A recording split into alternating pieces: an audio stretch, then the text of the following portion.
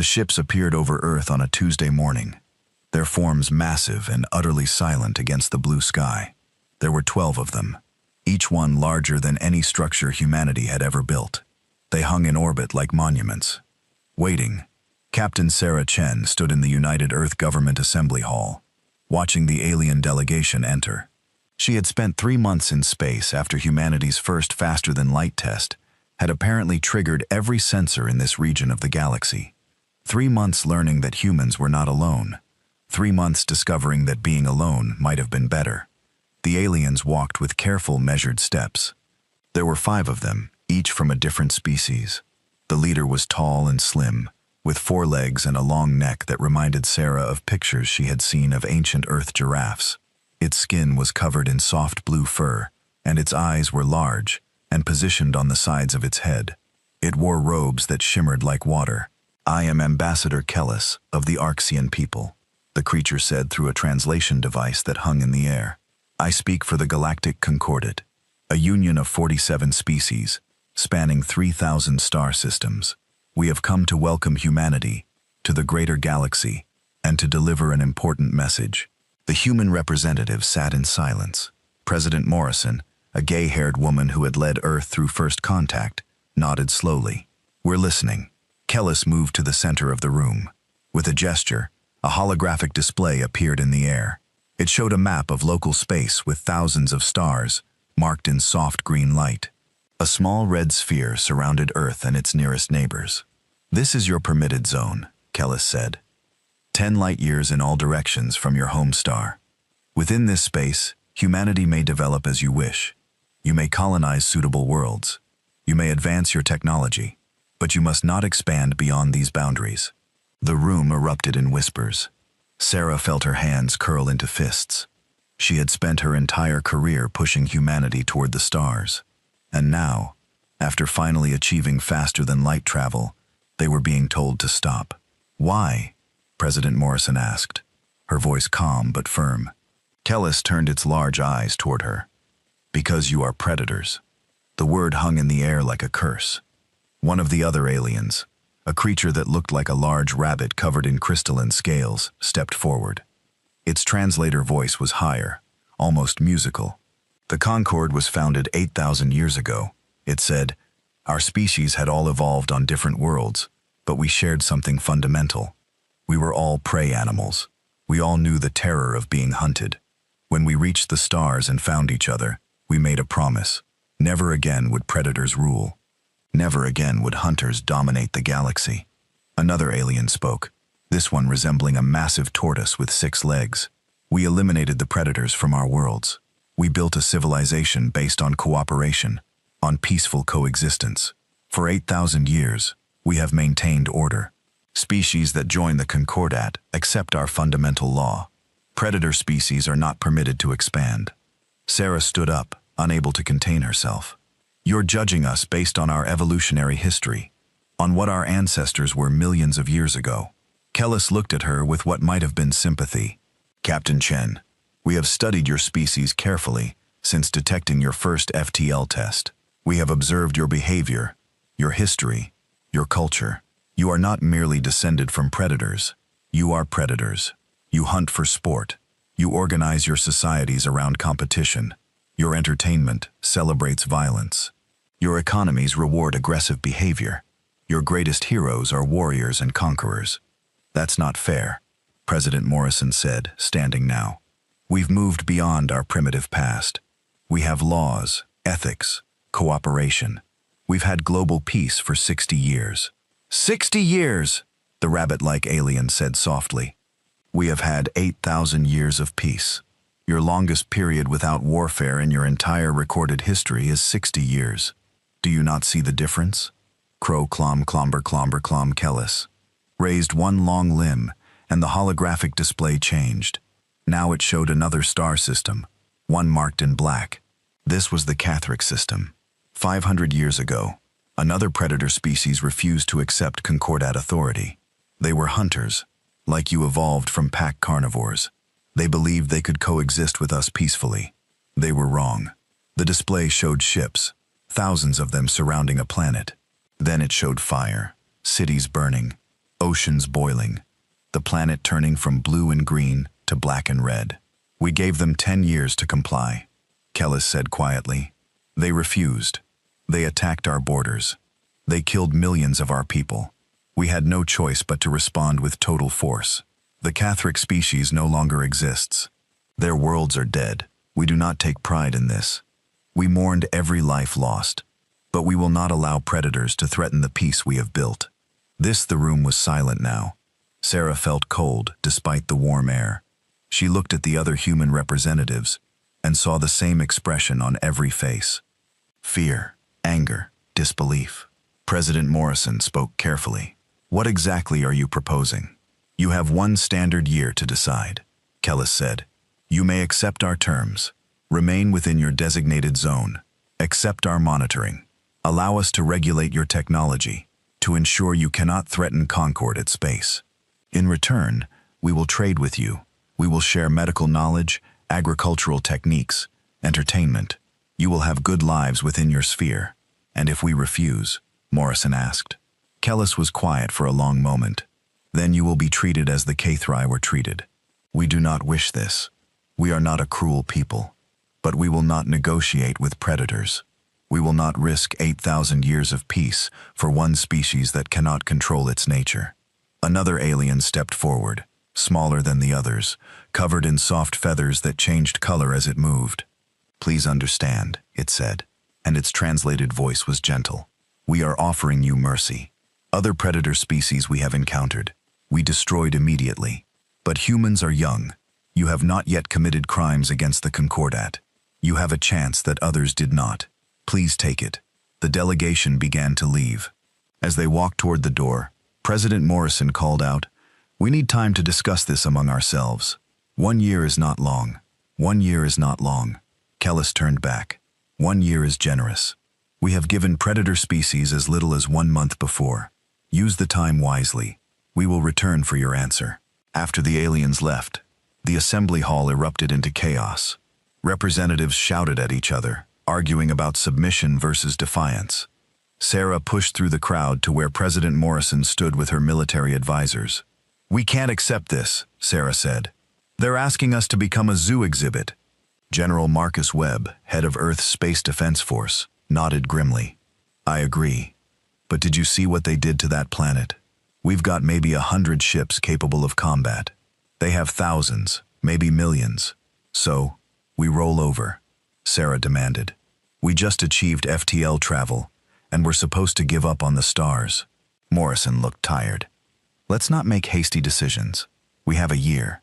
Let's use it to gather information, to prepare, to understand what we're facing." Over the following months, humanity threw itself into preparation. Scientists studied every scrap of data about the Concordat. Military strategists ran simulations. Diplomats debated options. The alien delegation had left observation satellites in orbit, watching Earth's every move. Sarah was assigned to lead a reconnaissance mission.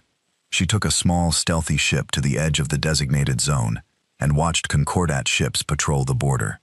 They moved in predictable patterns, always in groups, always following the same routes. They were disciplined and organized, but there was something about their movements that struck her as odd. They never took risks. They never deviated from procedure. They were cautious to the point of timidity. She reported her observations to General Webb.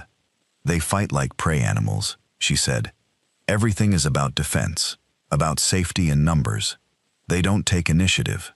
Webb studied her report carefully. "Interesting, but we're still outnumbered 1,000 to 1. The year passed quickly. Human colonies on Mars and the outer planets were expanded rapidly. Weapons were manufactured in secret facilities. Every person on Earth knew that a decision was coming, but no one knew what it would be. When the Concordat delegation returned, they found President Morrison waiting with Earth's answer.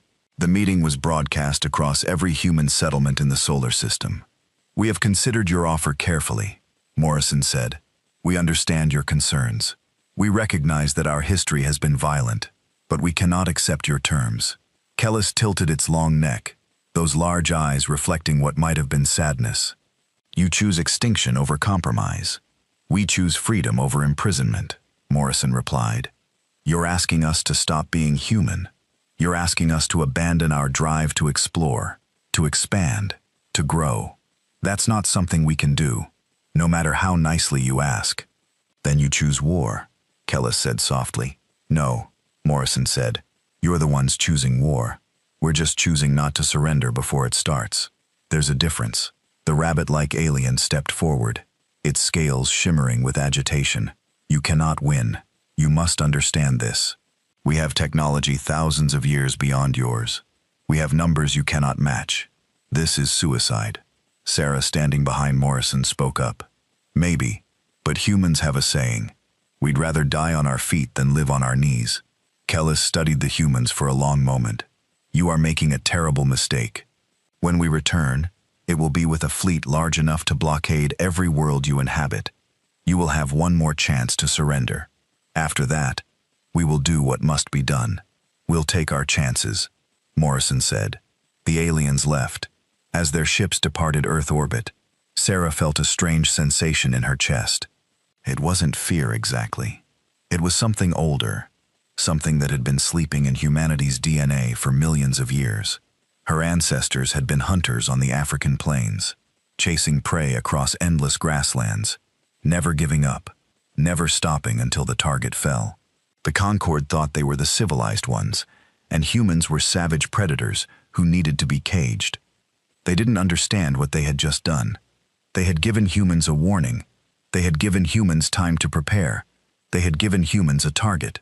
Most importantly, they had given humans a reason to hunt.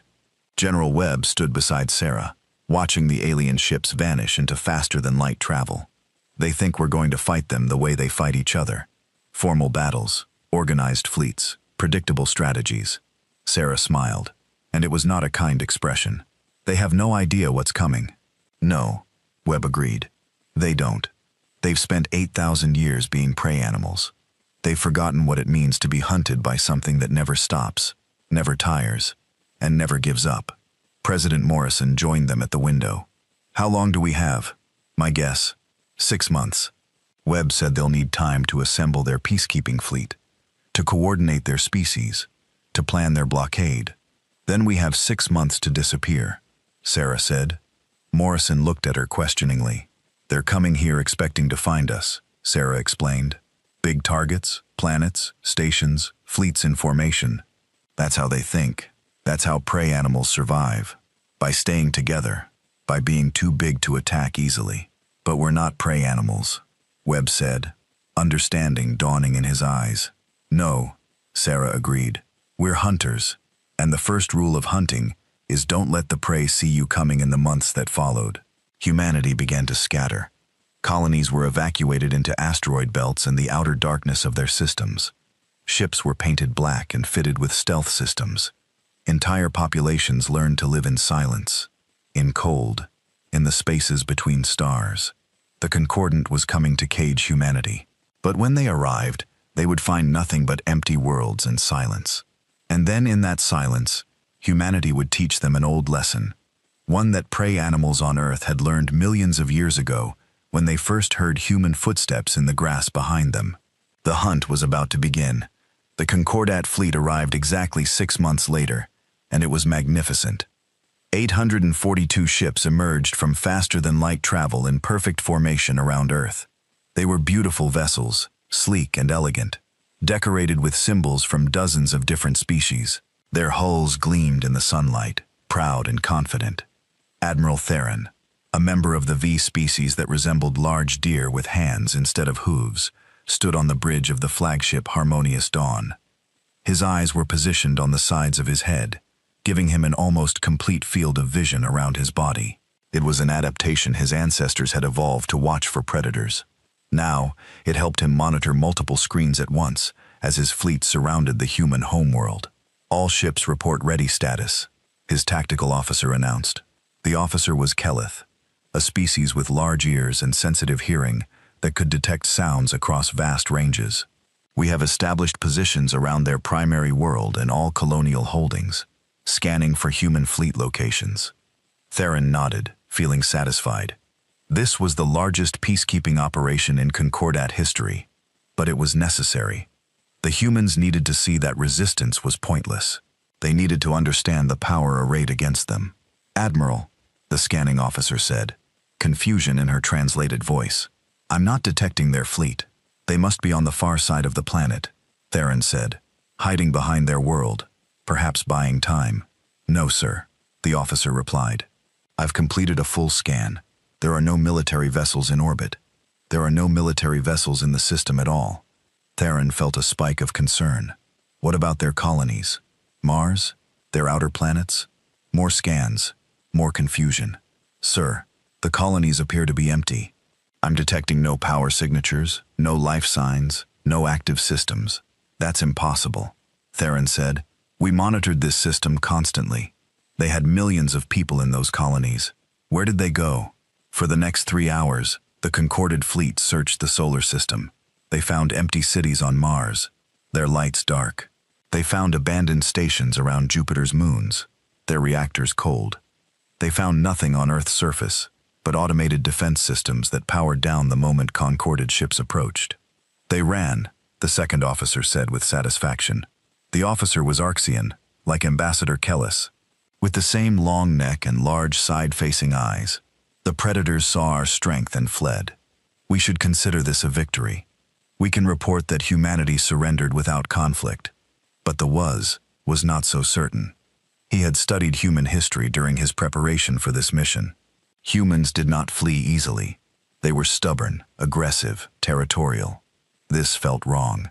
"Send word to the Concordat Council," he ordered. "Inform them that we have occupied the human home system without resistance, but that the human population has relocated to unknown positions. Request instructions." The response came back within a day. The council was pleased. Humanity had apparently accepted the futility of resistance and withdrawn to their permitted zone. The fleet should establish permanent monitoring stations and maintain the blockade to ensure humans did not attempt to expand beyond their boundaries. Theron began implementing these orders, dividing his fleet into patrol groups and establishing a network of sensor satellites throughout human space. It was tedious work but necessary. Within 2 weeks, the Concordat had effectively claimed the Sol system. That was when the attacks began. The first incident happened at a supply depot 17 light-years from Earth. A convoy of 6 transport ships was bringing food and equipment to the Concorded forces occupying human territory. They were traveling along a well-established route, protected by 2 military escorts. They simply disappeared. One moment, the convoy was transmitting normal status reports. The next moment, all communication ceased. When rescue ships arrived at their last known position, they found debris scattered across thousands of kilometers. The ships had been destroyed, but not by weapons fire. They had been torn apart, their hulls ripped open, their cargo stolen. "Pirates," suggested one of the officers. "In this region," Theron replied, "there haven't been pirates in Concorded space for centuries, and how would pirates know our supply routes?" 3 days later, another convoy vanished. Then, a communication relay station went dark. Then, a patrol of 6 Concordat vessels entered an asteroid field to investigate a sensor contact and never reported back.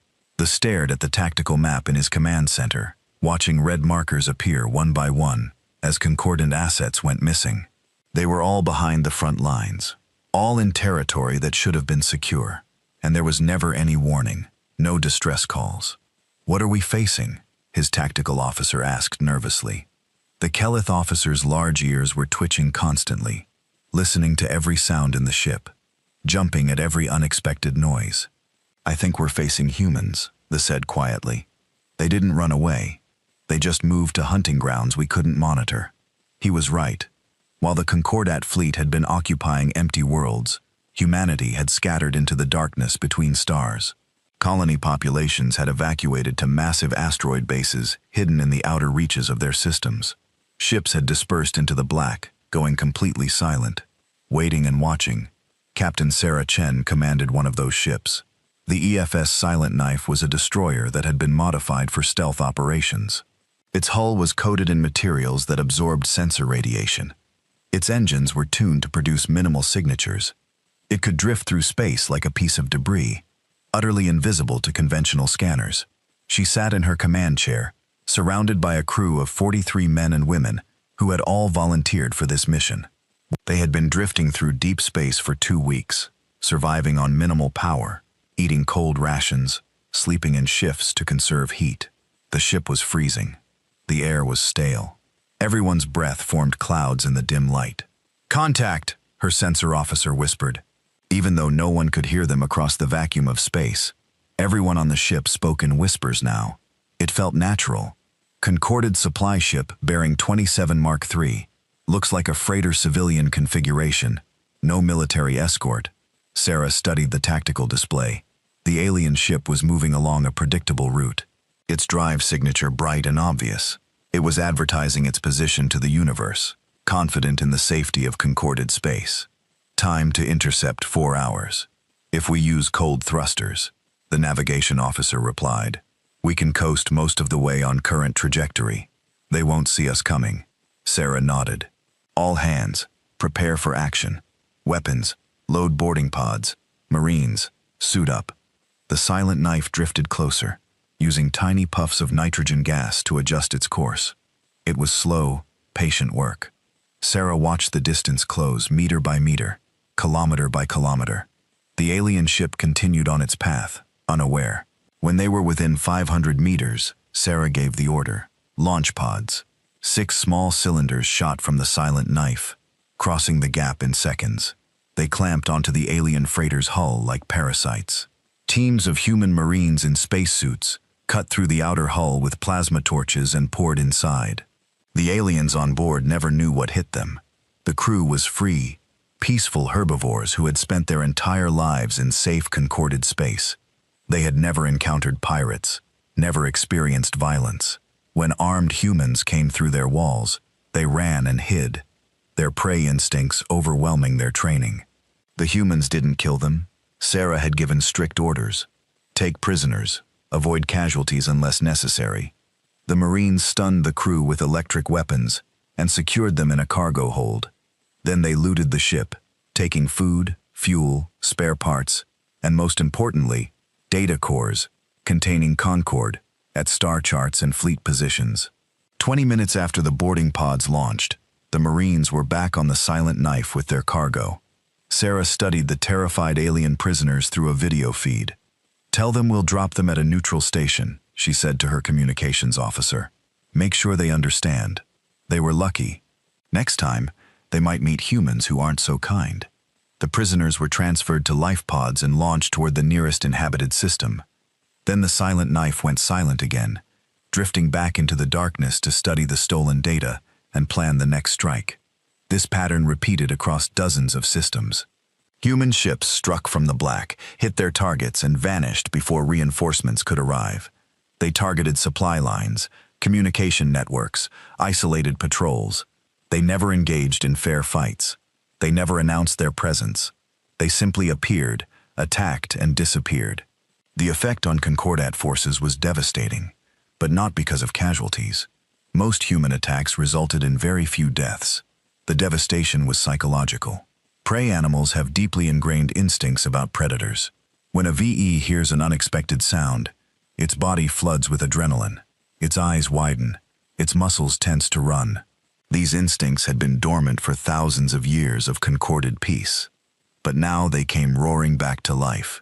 Keleth officers began hearing human ships in every sensor ghost, every background radiation pattern, every unexplained noise. Their sensitive ears evolved to detect approaching predators now worked against them. Finding threats in harmless sounds, V-crews with their side-facing eyes struggled with human boarding tactics.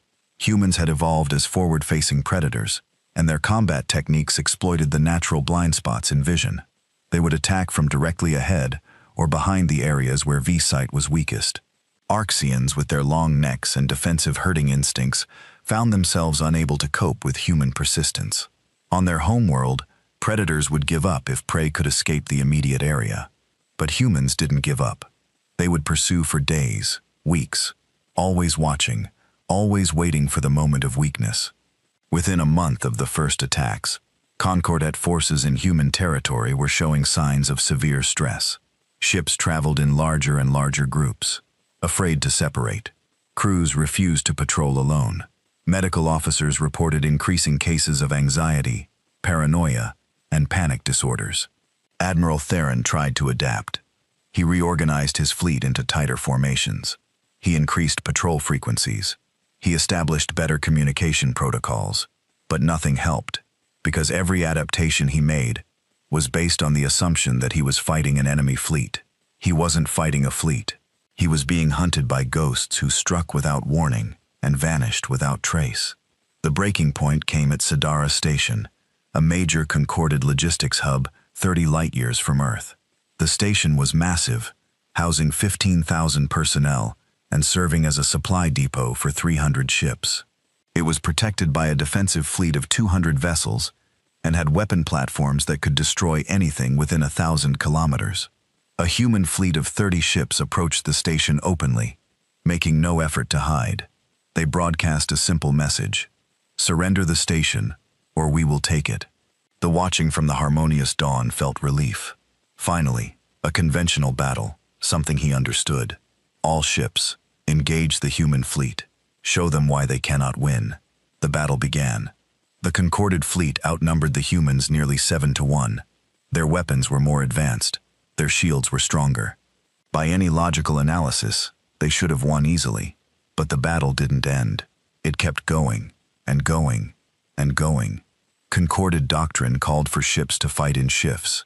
Crews would engage for 4 hours, then withdraw to rest, while fresh crews took their place. This allowed personnel to remain alert and effective. The humans should have been following similar patterns. They weren't. Human ships fought continuously. When their crews grew tired, they rotated command structures without leaving the battle. Captains would hand control to their first officers and take short naps in their command chairs, then wake up and take control back. Engineers worked in shifts, but the ships never stopped fighting. 10 hours into the battle, concorded crews were exhausted. 20 hours in, they were making mistakes. 30 hours in, they were barely functional. The humans kept fighting. 50 hours into the battle, concorded reinforcements arrived from a neighboring system. They expected to find the human fleet destroyed or retreating. Instead, they found their own forces on the verge of collapse, and the human ships still in formation, still fighting, showing no signs of stopping. 73 hours after it began, Sidara Station fell. The concorded fleet retreated, leaving the humans in control. The received reports of crews collapsing at their stations, of ships crashing into each other because navigators fell asleep, of officers breaking down in tears from exhaustion. The humans didn't pursue. They claimed the station, treated the wounded, and sent the defeated Concordat forces home with another message. Tell your leaders, we can do this forever. Can you? Theron sat in his ready room, staring at casualty reports. The numbers were relatively low, a few thousand dead in a fleet of hundreds of thousands. But the psychological damage was catastrophic. His forces were broken not by superior firepower, but by simple relentlessness. He accessed the human cultural database he had been studying and searched for information about human hunting techniques. He found descriptions of persistence hunting, an ancient method where humans would chase prey, not by being faster, but by never stopping. They would follow herds for days, sometimes weeks, until the target animal collapsed from exhaustion. Theron looked at his tactical map, at the pattern of human attacks, at the way they never let up, never gave his forces time to recover. The realization hit him like a physical blow. They weren't in a war. They were prey animals being hunted by something that would never ever stop chasing them, and the hunt had only just begun. The Concorded Council met in emergency session on their capital world of Harmony Prime. The chamber was a magnificent structure designed to represent the unity of 47 different species. Each member sat in specially desked seats that accommodated their unique physiologies. The walls displayed peaceful images of cooperation and prosperity.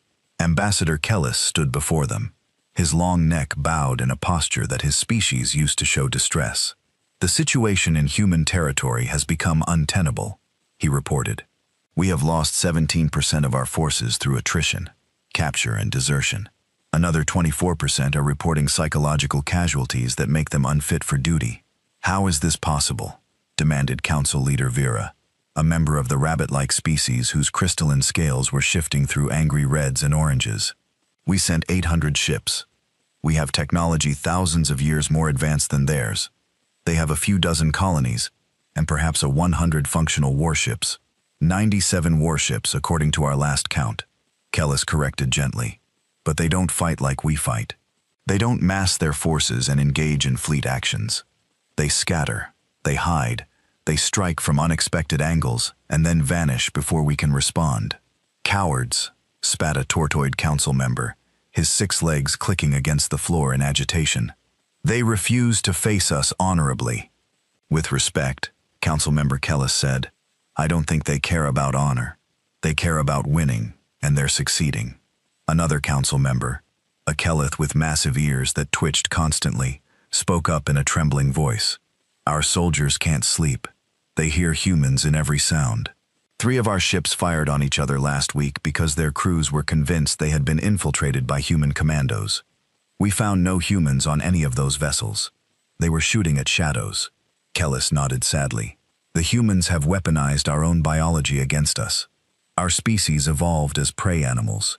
We have instincts, deep ones, that activate when predators are near. The humans are triggering those instincts deliberately. He activated a holographic display showing footage from a human raid on a concorded patrol. The video was from a V-ship's internal cameras. It showed corridors quiet and normal. Then suddenly, a section of wall exploded inward. Human Marines poured through, moving in a tight formation that kept them in each other's peripheral vision while maintaining overlapping fields of fire. But what made the footage particularly striking was where they appeared from. They had cut through the wall at the exact point where the V-crew's side-facing eyes created a natural blind spot. The camera caught V-officers spinning around in panic, their eyes unable to track the fast-moving humans until it was too late. They studied us, Kellis explained. They learned how our eyes work, how our minds work, how our societies work, and then they designed tactics specifically to exploit our weaknesses. Then we study them in return, Vera declared. We learn their weaknesses. We adapt. We've been trying, Kellis said quietly. But every time we adapt, they change their approach. And there's something else. Something I think the Council needs to understand about humans and their evolution. He changed the display to show videos from ancient Earth. Humans chasing animals across endless grasslands under a burning sun. The prey ran fast, but the humans just kept walking hour after hour, never stopping. Eventually, the animals collapsed from heat and exhaustion, and the humans simply walked up and killed them. This is called persistence hunting, Kellis explained. It was humanity's primary hunting method for millions of years. They didn't need to be faster than their prey. They didn't need to be stronger. They just needed to be more stubborn. They would chase their target until it physically couldn't run anymore, and then they would take it. He gestured to the tactical map of the conflict. Look at the pattern. They're doing the same thing to us. They're not trying to win battles. They're trying to exhaust us. Every raid, every ambush, every attack is designed to keep us moving, keep us scared, wear us down until we can't fight anymore. The chamber was silent.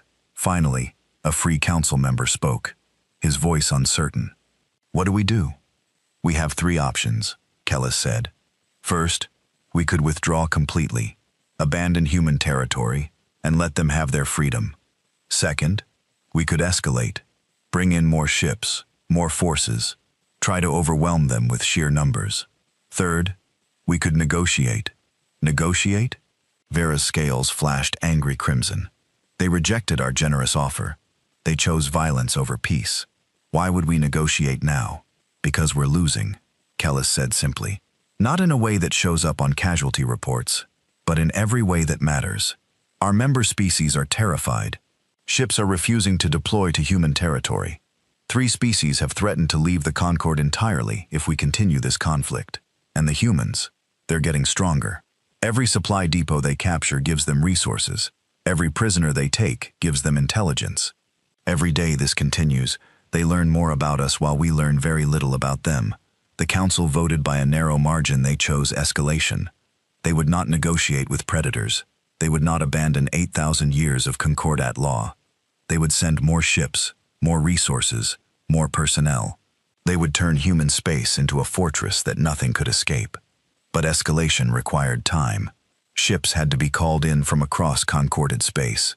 Crews had to be trained and prepared. Equipment had to be manufactured and distributed. While the Concorded prepared its massive response, humanity continued to hunt. The effect on Concorded species was devastating. The Kelith were suffering worst of all. Their sensitive hearing evolved to detect predators in dense forests had become a curse. Kelith crews reported hearing footsteps in empty corridors, breathing in sealed rooms, whispers in the static of communication systems. One Kelith ship, the Gentle Dawn, requested emergency evacuation after the entire crew became convinced that humans were hiding somewhere in their vessel. A rescue team searched the ship from end to end and found nothing. But the Kelith crew couldn't be convinced. They had heard the humans. They knew they were there. They refused to return to the ship. The vessel was eventually scuttled because no one would crew it. It became known as the Ghost Ship, and stories about it spread through the fleet, making the psychological damage even worse. The V faced different problems. Their wide field of vision, which allowed them to watch for threats from almost any direction, failed against human tactics. Humans had evolved to hunt cooperatively, working in teams to surround and confuse prey. They did the same thing in combat. A Vig guard might be watching a corridor, his eyes covering the entire hallway. Then humans would attack from multiple directions simultaneously.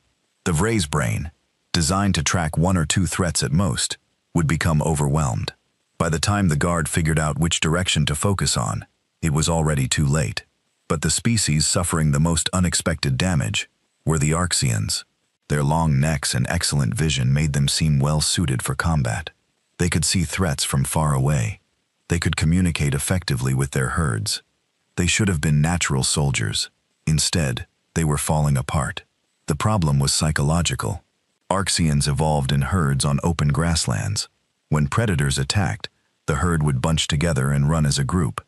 If the predators gave up the chase after a certain distance, the herd was safe. Their entire survival strategy was based on the idea that predators would eventually stop pursuing. Humans didn't stop. An Arxean patrol would encounter a human ship, engage briefly, and then retreat to a safe distance. In their minds, the threat should be over. But hours later, they would detect the same human ship following them. They would jump to another system. The human ship would follow. They would go 3 systems away.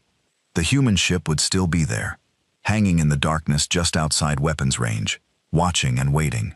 Arxean officers began reporting nightmares about being chased forever, about running through infinite space with predators always behind them. Some had complete psychological breaks, curling up in their quarters and refusing to come out. Captain Sarah Chen listened to intercepted Concorded communications and heard the fear in alien voices. Part of her felt guilty. These weren't evil creatures.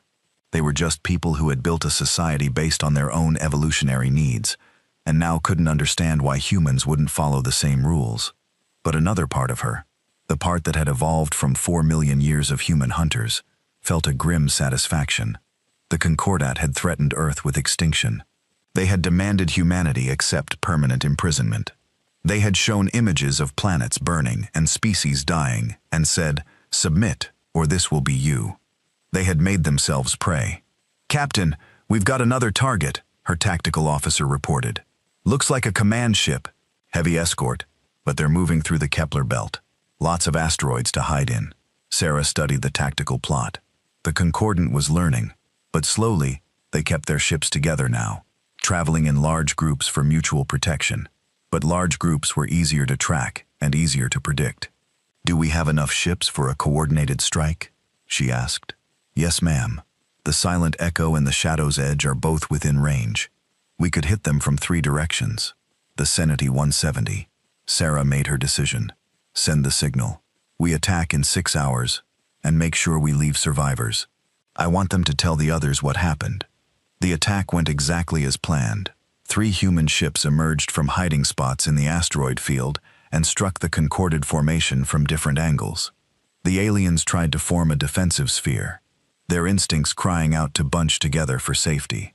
But bunching together just made them easier targets. Human weapons, crude compared to Concord technology, but effective nonetheless, tore through shields and armor. Within 20 minutes, the Concordat formation broke. Ships scattered in random directions, their crews' prey instincts overriding training and discipline. The humans didn't pursue all of them. They selected one ship, an Archean cruiser, and followed it. Just followed it. They didn't fire. They didn't communicate. They just maintained position, 5,000 kilometers behind the fleeing vessel. Sarah watched the Archean ship on her displays. It jumped to another system. The silent knife followed. It changed course randomly. The silent knife matched every turn. It called for help. The silent knife jammed the communication. After 16 hours, the Archean ship simply stopped moving. Sarah received a communication request and accepted it. The Archean captain appeared on screen, his long neck drooping in a posture of complete defeat. He said through the translator, "Please stop. We surrender. We'll give you anything. Just please stop following us." Sarah felt a surge of pity, but she pushed it down.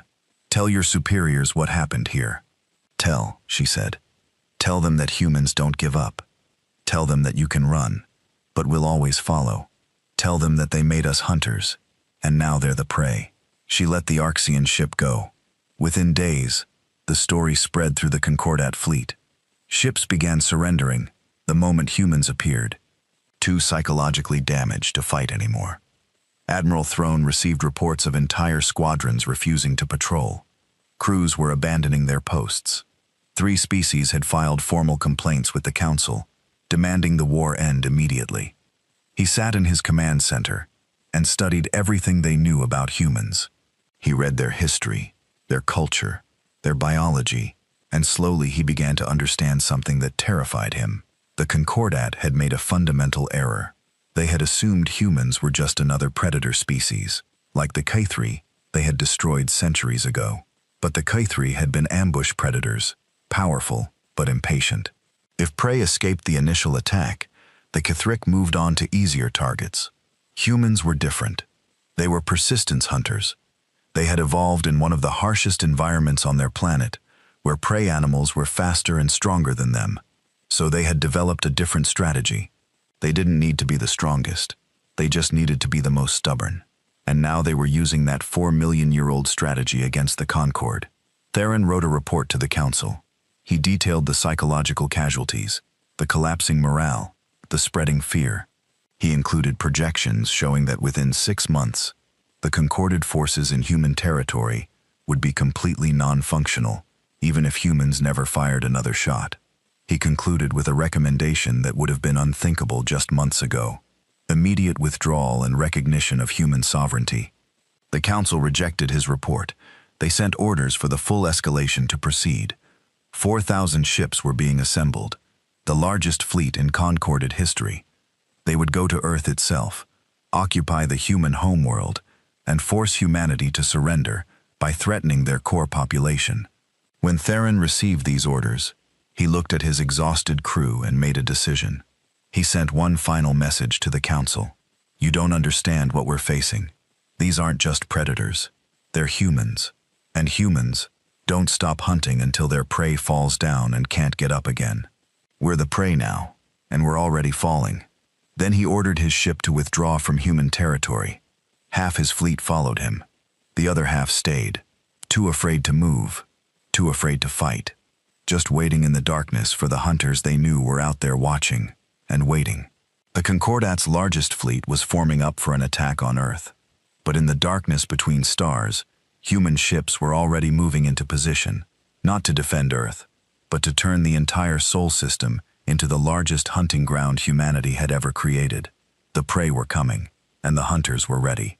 Ambassador Kellis stood before the Concorded Council once more. But this time, the chamber's peaceful atmosphere was gone. The walls displayed tactical maps, showing territories in red, where Concorded forces had withdrawn. The representatives sat with tense postures, their various species stress signals on full display. "We have lost control of 37% of our claimed territory in human space." Kellis reported, his long neck held low. "Not through military defeat, but through abandonment. Our member species are refusing to send ships to those regions. The populations are terrified." Number 10. Council leader Vera's crystalline scales shifted through dark, troubled colors. How can an entire civilization be paralyzed by fear of one primitive species?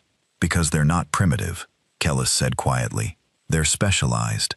8,000 years ago, when the Concordat was founded, we believed we had evolved beyond the primitive struggle of predator and prey. We thought intelligence and technology had made those old instincts irrelevant.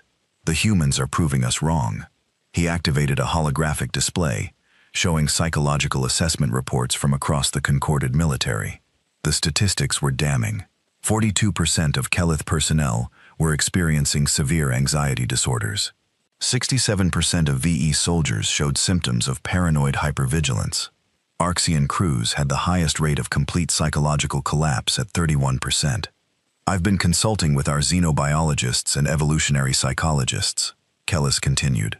They've helped me understand something crucial about humans that we missed in our initial assessments. He brought up an image of ancient Earth, showing the African savanna, where humans first evolved. Most predators on Earth were ambush hunters, or pursuit predators, that relied on speed. A lion would chase prey for a short distance. A leopard would attack from hiding. If the prey escaped the initial encounter, the predator would give up and look for easier targets. This is how most predator species operate, because hunting requires energy, and energy is valuable. We know this, Vera said impatiently. What's your point? My point is that humans evolved differently, Kellis replied.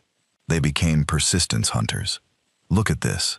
The display showed ancient humans tracking prey across endless grasslands.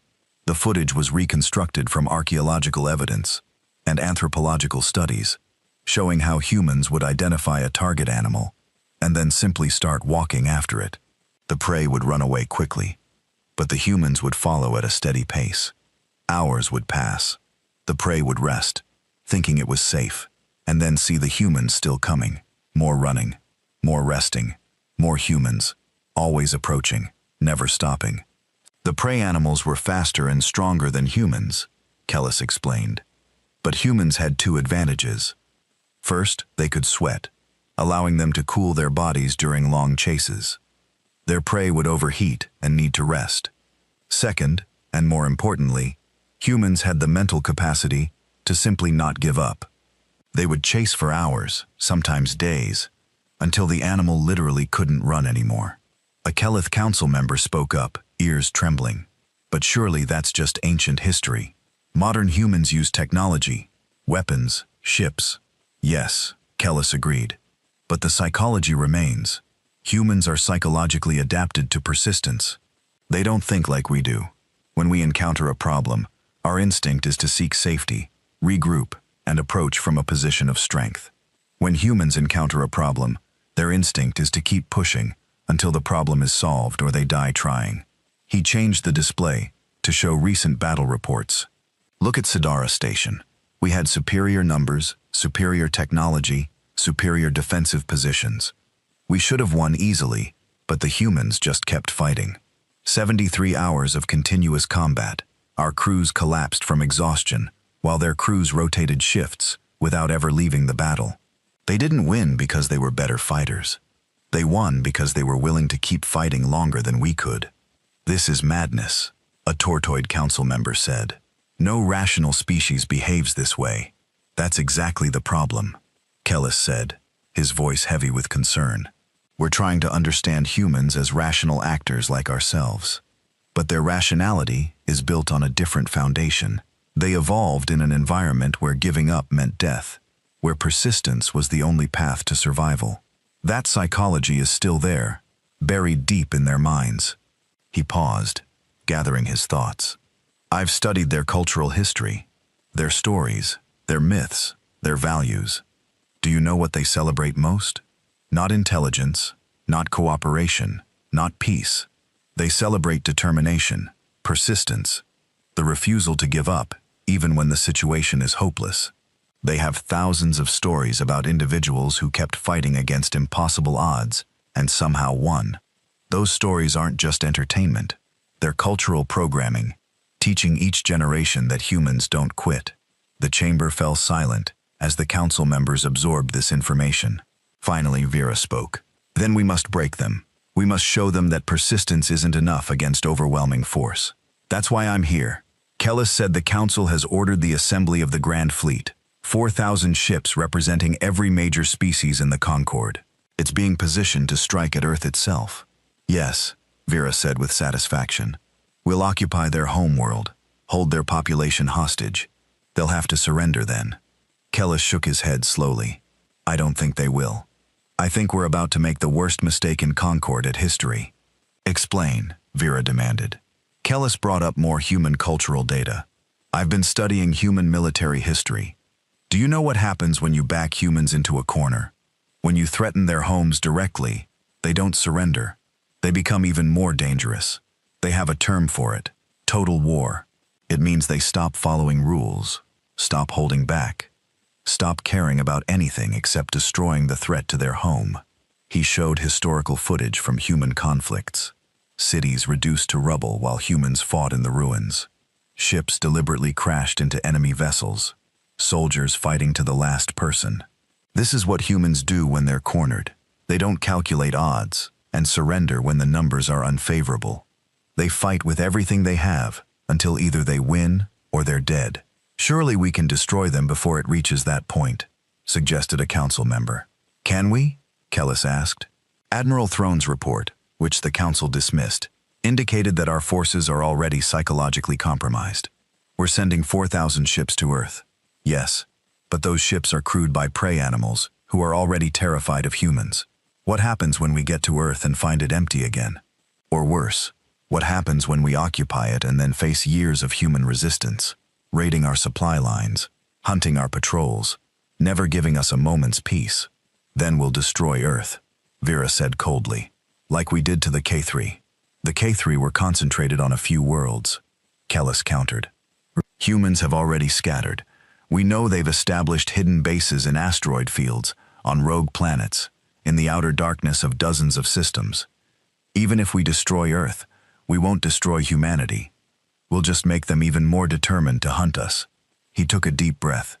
I believe we need to negotiate, not from a position of weakness, but from a position of mutual respect. Offer them true autonomy in exchange for non-aggression. Let them expand, but establish clear boundaries. Work with them instead of trying to dominate them. Negotiate with predators. Vera's scales flashed angry red. That's not the concorded way. We've maintained peace for 8,000 years by ensuring predators never gain power. If we compromise now, the entire foundation of our civilization crumbles. Our civilization is already crumbling, Kellis said quietly. 3 member species have threatened to leave. 5 more are demanding we end the conflict. Our people are terrified. Our economy is suffering. Our unity is breaking. All because we refuse to accept that not all species think like we do. The council voted. By a wider margin this time, they confirmed the attack on Earth. The Grand Fleet would proceed as planned. They would occupy humanity's homeworld, break their will to resist, and force them to accept concorded authority. Kellis returned to his quarters after the vote and sat in darkness, his thoughts heavy. He had failed to convince them. The Concordat was about to walk into a trap of its own making, and there was nothing he could do to stop it. He accessed his personal files and pulled up everything he had learned about humans, their history, their psychology, their evolution.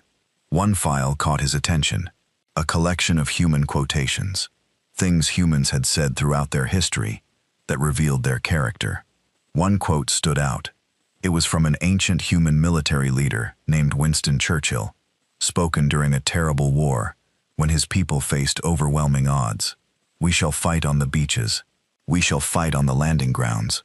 We shall fight in the fields and in the streets. We shall fight in the hills. We shall never surrender. Kellis read it again. Never surrender. Not we'll surrender when the odds are impossible. Not we'll surrender when we've lost too much. Never surrender. He thought about the Grand Fleet. 4,000 ships full of prey animals, whose ancestors had survived by knowing when to run. They were about to encounter a species whose ancestors had survived by never knowing when to stop. He recorded a personal message to his family, back on his homeworld. He told them he loved them. He told them he had tried to prevent what was coming. He told them that if he didn't return, they should remember him as someone who tried to bridge the gap between 2 fundamentally different types of species. Then he prepared to depart with the Grand Fleet. As the Concordat's leading expert on humans, his presence had been requested for the invasion. He would go, but not because he thought the mission would succeed. He would go because someone needed to be there to witness what happened when prey animals tried to cage a predator. The Grand Fleet assembled at a staging point 3 light-years from Earth. 4,000 ships, the combined military might of 47 species. They represented 8,000 years of concorded civilization, technological advancement, and peaceful cooperation. Kellis stood on the bridge of the flagship Eternal Peace, watching the fleet form up through the view screens. It was magnificent, awe-inspiring. Surely this display of power would be enough to make humans see reason. But in his heart, Kellis knew better. He had studied humans too well. He understood them too deeply, and what he understood terrified him. Humans weren't going to see this fleet as overwhelming force. They were going to see it as the largest group of prey animals ever assembled in one place. And somewhere out there in the darkness, human ships were watching and planning, not how to defend against this fleet, not how to survive its attack, how to hunt it. The Grand Fleet prepared to jump to Earth, confident in their superiority. They didn't understand that they weren't going to war. They were walking into a hunting ground where every instinct they possessed would work against them, where their very nature as prey animals made them vulnerable, where their opponent had spent 4 million years perfecting the art of the chase. Kellis whispered a prayer to the spirits of his ancestors, asking for forgiveness. The Concordat had made its choice. Now they would all learn what it meant to be prey to something that never ever stopped hunting. The Grand Fleet jumped to hyperspace headed for Earth. Behind them, human scouts immediately sent word through covert networks. The prey is coming. All ships prepare for the largest hunt in human history, and in 1,000 hidden bases across human space. Men and women checked their weapons, powered up their ships, and smiled cold smiles. The Concordat thought they were bringing war to Earth. They were wrong. War would have been kinder. What humanity was about to do was something far older, far more primal. They were going to teach the galaxy what happens when prey animals threaten a persistence hunter's home. The Grand Fleet emerged from hyperspace at the edge of the Sol system in perfect formation. 4,000 ships, their hulls gleaming in the distant light of Earth's sun. The fleet commander, a V-admiral named Torak, surveyed his forces with satisfaction. Nothing could stand against such power. All ships, maintain formation, he ordered. Advance to Earth orbit. Prepare occupation forces. The fleet began its approach, moving in a tight defensive sphere that had been carefully calculated to provide mutual protection for every vessel. It was a formation that had never been broken in 8,000 years of Concordat military history. What Toro couldn't see was that every ship in his fleet was being watched. In the asteroid belt, human scouts tracked the fleet's progress. On the outer planets, sensor stations recorded every ship's signature. Hidden bases throughout the system fed real-time data to a command center deep inside Mars, where General Marcus Webb coordinated humanity's response. "They're coming in tight," Webb observed, studying the tactical display. "Just like we predicted." Prey animals bunched together when threatened. Captain Sarah Chen stood beside him, her expression cold and focused. "Do we have final counts on our assets?" "Every ship we can spare," Webb replied.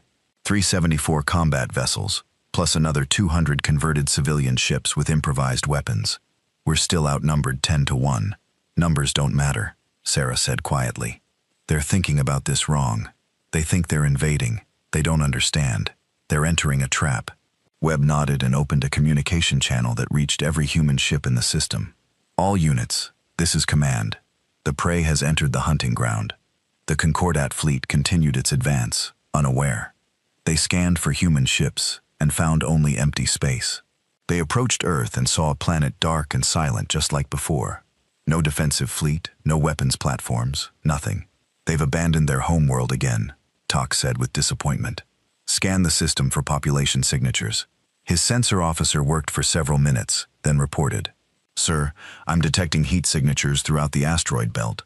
Power readings on several outer moons. They're scattered across the entire system. Then we'll dig them out one by one," Tok declared. "All ships break into squadron formations. We'll systematically search every location until he never finished the sentence." From the asteroid belt, from behind the moons of Jupiter and Saturn, from the cold outer reaches of the system, human ships appeared. Not all at once, but in small groups. dozens of them, attacking from every direction simultaneously. The Concordat fleet tried to respond, but their tight defensive formation became a liability. Ships couldn't maneuver without risking collision with their neighbors. The humans struck at the edges of the formation, targeting isolated vessels and then vanishing back into the darkness before reinforcements could respond. "Maintain formation," Talk ordered. "Don't break ranks." But breaking ranks was exactly what the Concorded crews wanted to do. Every prey instinct they possessed screamed at them to scatter, to run, to find safety in isolation, rather than staying bunched together where they made easy targets. The human attacks continued. Small and precise, a squadron of 3 human ships would emerge from hiding, fire on a single Concordat vessel, and disappear. Then another group would attack from a different direction, then another. The Concorded fleet twisted and turned, trying to face threats that appeared and vanished like ghosts. Hours passed, then days. The human attacks never stopped. Concorded crews took shifts, but the attacks came at random intervals, designed to disrupt sleep patterns. Alarms would sound just as crew members were falling asleep. Battles would start and stop without warning. The psychological pressure was immense. After 3 days, the first Concorded ships broke formation. A squadron of Kelith vessels, their crews driven to the edge of madness by the constant sound of alarms and weapons fire, simply fled the system. Then more ships followed. Then more. "Hold your positions," Talk broadcast desperately. "We must maintain unit cohesion." But unit cohesion was falling apart. Prey animals that had been forced into an unnatural formation were reverting to their instincts. They wanted to run, to hide, to get away from the predators hunting them. Sarah Chen watched from the bridge of the Silent Knife as the Concorded formation began to disintegrate. "Now," she said quietly, "hit them now." Humanity's full fleet emerged from hiding. 374 warships and 200 armed civilian vessels appeared throughout the system.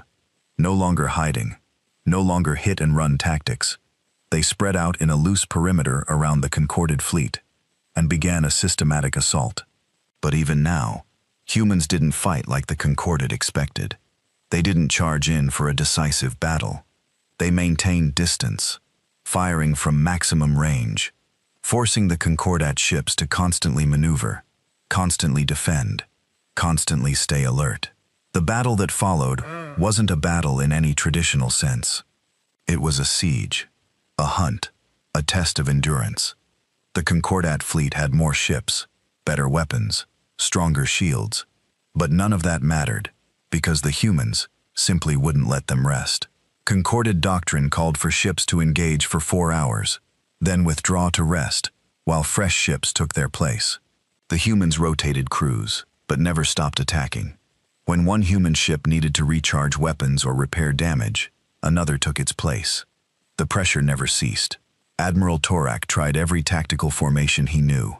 Defensive spheres, aggressive wedges, dispersed patterns, concentrated cores. Nothing worked because the humans adapted to every change. When the fleet concentrated, humans attacked from multiple directions. When the fleet dispersed, humans isolated individual ships and hunted them down. 5 days into the battle, Concorded crews were hallucinating from exhaustion. Kelith officers heard human voices in the ship's ventilation systems. V-soldiers saw human boarding parties in every shadow. Arxians stopped eating, their stress hormones suppressing all appetite. The human fleet didn't relent.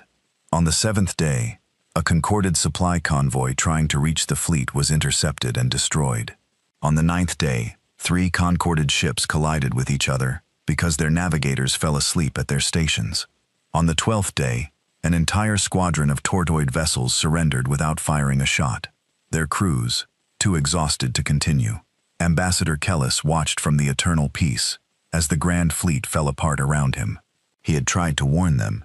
He had tried to make them understand.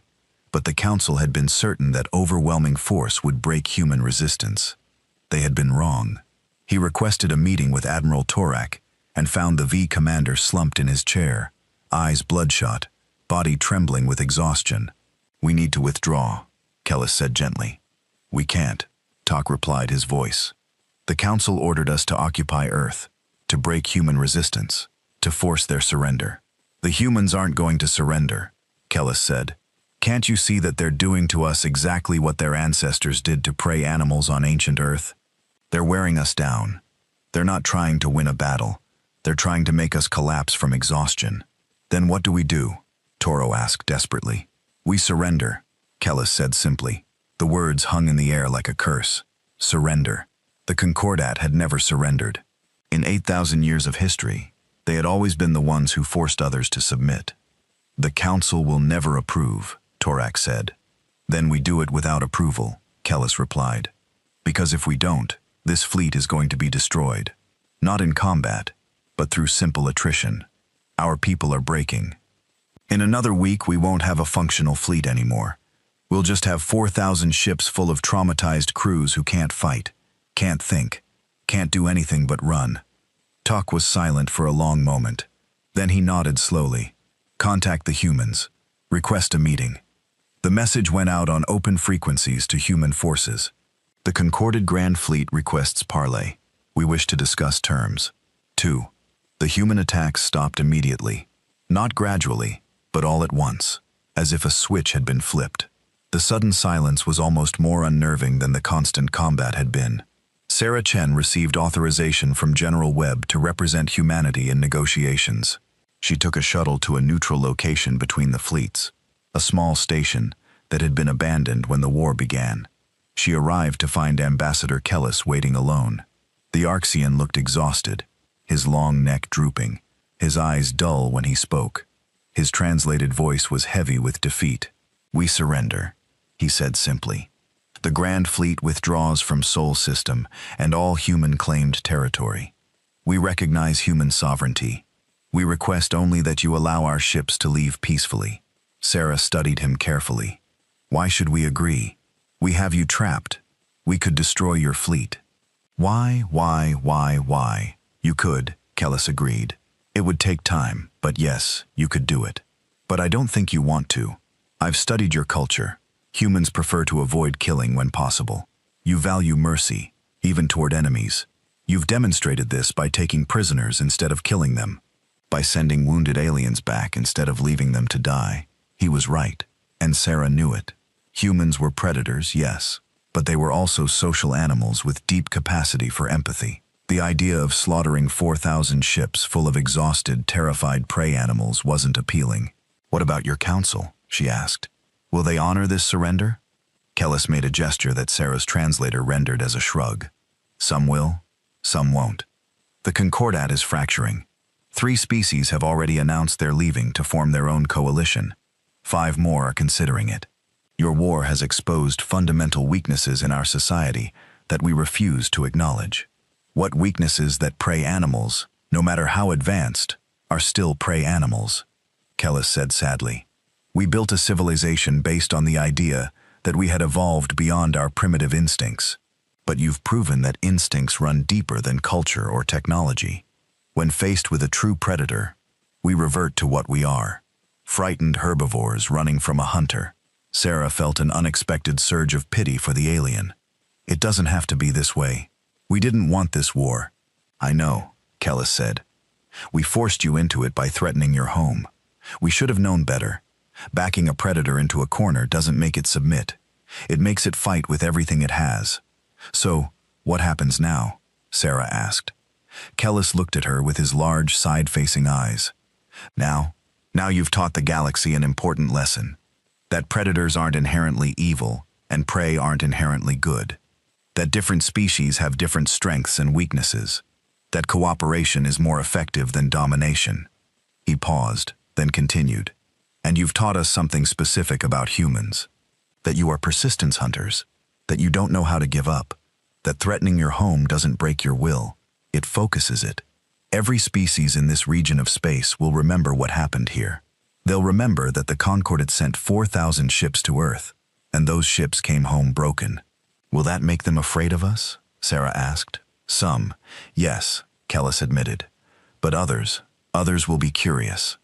They'll want to know more about the species that fought 8,000 years of history and won. Some will want to trade with you. Some will want to learn from you. Some will want your protection. Sarah considered this. We're not conquerors. We don't want to rule over other species. I know, Kellis said. I've read your history. You've had empires, yes, but you've also had democracies, federations, alliances. You understand cooperation. You just refuse to cooperate at the cost of your freedom. So what do you suggest? Kellis pulled up a holographic display showing the region of space around Earth. This area, roughly 50 light-years in radius, is in chaos right now. Former concordate species, leaving uncertain of what comes next. They need leadership. They need a new model for how different species can coexist. You want us to build a new alliance? Sarah asked. Not just humans, Kellis said. Humans and whoever wants to join you. Species who can see that predator and prey can coexist if they choose cooperation over domination. Sarah thought about it. It was audacious. It was risky. It would mean taking on responsibilities humanity had never imagined. But it was also an opportunity to prove that humans weren't just mindless killers, that they could be protectors, as well as hunters. I'll take this back to my superiors, she said. No promises. That's all I ask, Kellis replied. And Sarah. May I call you Sarah? Sure. I want you to understand something. I don't hate humans.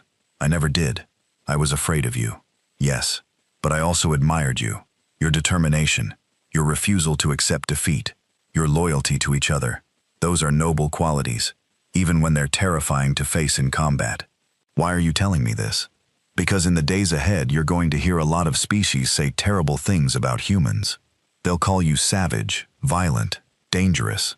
Some of it will be fair, but I want you to remember that at least one Concordat member saw you clearly. You're not monsters. You're just different. And different isn't evil. Sarah felt unexpected emotion welling up. Thank you. The Concorded Grand Fleet withdrew from Sol System that day. Ships limped away in small groups, their crews exhausted and traumatized but alive. Human vessels tracked them to the border of human space, and then let them go. The war was over. In the months that followed, exactly as Kellis predicted, the Concordant began to fracture. Species that had been held together by fear of external threats found that the fear wasn't enough when the threat became internal dissent. Within a year, 16 species had left the Concordat entirely. Many of those species reached out to humanity. Some wanted trade agreements. Some wanted mutual defense pacts. Some just wanted to talk to the species that had done the impossible. Earth convened a conference inviting any species interested in forming a new alliance based on mutual respect and voluntary cooperation. 53 species sent representatives. It was called the Sol Accord, and its founding principle was simple. No species would be forced to join. No species would be restricted based on their evolutionary history, and all members would be free to develop as they wished. Kellis attended as an independent observer, no longer representing the Concordant that had rejected his counsel. He watched as humans, the species he had once come to threaten with extinction, worked patiently with dozens of different aliens to build something new. On the final day of the conference, he spoke privately with President Morrison. "Your people surprised me," he said. "I expected triumphalism, arrogance. Instead, I see patience and diplomacy." Morrison smiled. "Humans are complicated. We can be vicious hunters when we need to be, but we're also pack animals. We're loyal. We're protective. We form bonds across species boundaries. We've been domesticating and befriending other animals for thousands of years. That same instinct applies to sapient species too. The galaxy is going to be different now," Kellis observed. "Yes," Morrison agreed. "But maybe it needed to be. Your Concordant was stable, but it was also stagnant. You'd achieved peace by eliminating diversity, by forcing everyone to conform to prey animal psychology. That's not sustainable. And you think your way is? I think our way makes room for everyone," Morrison said. "Predators and prey, social species and solitary ones, aggressive cultures and peaceful ones. We just need to accept that different species have different needs and different strengths." Kellis looked out at the conference floor, where dozens of species were arguing, debating, compromising, and slowly building consensus. It was messy and chaotic compared to the orderly concorded proceedings he was used to. But it was also alive in a way the Concorded had never been. "You know what the hardest thing for me to accept is?" Kellis said quietly. "That you were right. that we gave you one last warning, threatening extinction if you didn't submit, and you demonstrated that you were always the hunters, not because you chose violence, but because you refused to be prey. And in doing so, you've built something better than what we had." Morrison put a hand on his shoulder, a gesture of friendship that crossed species boundaries. "You're welcome here. You know, the Soul Accord isn't just for species that left the Concordat. It's for anyone who wants to build something new." Kellis felt something he hadn't expected to feel after everything that had happened. "I'll consider it," he said. Years later, historians would look back on the human concord at war and debate its significance. Some called it inevitable, a clash between fundamentally different evolutionary psychologies. Others called it a tragedy, a conflict that could have been avoided with better communication. But everyone agreed on one thing: humanity had changed the galaxy forever. They had proven that predators and prey could coexist. They had shown that determination and persistence could overcome superior numbers and technology. Most importantly, they had demonstrated that the old rules written by prey species 8,000 years ago, were no longer adequate for a galaxy that was more diverse and complex than anyone had imagined. Captain Sarah Chen stood on the bridge of the Silent Knife, now retrofitted as a patrol vessel for the Soul Accord. She looked out at the stars and thought about everything that had happened. The war, the hunting, the terror they had inflicted on species that had never faced true predators before. Part of her felt guilty. Part of her knew they'd had no choice. And part of her felt a deep, ancient satisfaction. The satisfaction of a persistence hunter who had chased prey across impossible distances and finally brought it down. But now, the hunt was over. Now, it was time to do what humans had always done after the successful hunt: share the meat with the pack, tell stories around the fire, and welcome newcomers who wanted a place at the table. "Captain," her communications officer called, "we're getting a distress signal from a Kelith colony. They say they're being raided by pirates and request Soul Accord assistance." Sarah smiled. A new hunt, but a different kind. Not hunting to kill or dominate, but hunting to protect. That too was part of being a predator. "The drive to defend the pack. Set course," she ordered. "Maximum speed." The Silent Knife turned toward the Kelith colony, and Sarah felt that old familiar feeling, the focus, the determination, the absolute certainty that she would not stop until the job was done, because humans were hunters. That would never change. But they had proven something the galaxy needed to learn. Hunters could choose what they hunted. They could hunt threats instead of innocence. They could hunt injustice instead of the weak. They could hunt problems instead of prey. The Concordat had given them one last warning: submit or face extinction. Humanity had demonstrated that they were always the hunters. And now the whole galaxy was learning what it meant to have hunters on their side, instead of stalking them from the darkness. The age of the Concord was over. The age of the hunters had begun. And paradoxically, the galaxy was safer for